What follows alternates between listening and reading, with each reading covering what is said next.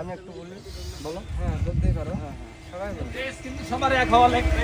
ঘটনা হচ্ছে এই যে আমাদের মোস্তাক ভাইয়ের সাথে শেয়ার করছি, আমরা দুজনে পরামর্শ করেছি করার জন্য।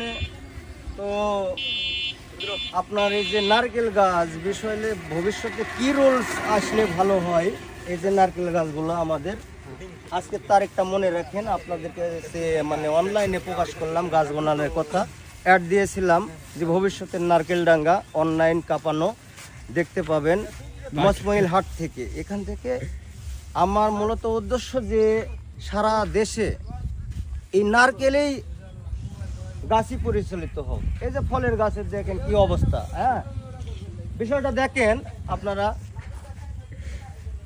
যারা অনলাইনে থাকেন, এদের চোখে ছাড়া তো পড়বে না। আপনারা কেউ বিদেশে আছেন, এই বাংলাদেশে আমার কত বন্ধু বহির্বিশ্বে ছড়া আছে, এই পৃথিবীতে যত রাষ্ট্রে আছে আমার সব বন্ধু আছে। তো তাদের সাথে আমাদের বছরে একদিন মিটিং হলেই বিষয়টা ক্লিয়ার হয়ে যায়, প্রতিদিন করতে হয় না, সেটা অনলাইনে করে নিই।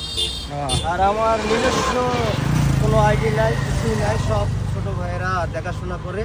আমার কোনো মোবাইল নাই, কোনো নাম্বার নাই। হ্যাঁ এই আর কি। গাছগুলো দেখাও ভাই, একটু একটু করে নিয়ে যাও। কে আছে সুন্দর সুন্দর গাছ লাগালো? হ্যাঁ নারকেল ডাঙ্গা অনেক পরিশ্রম। এবারে দেখান কে লাগালো এগুলো? চলে গেছে। এটা কি আপনি লাগাছেন?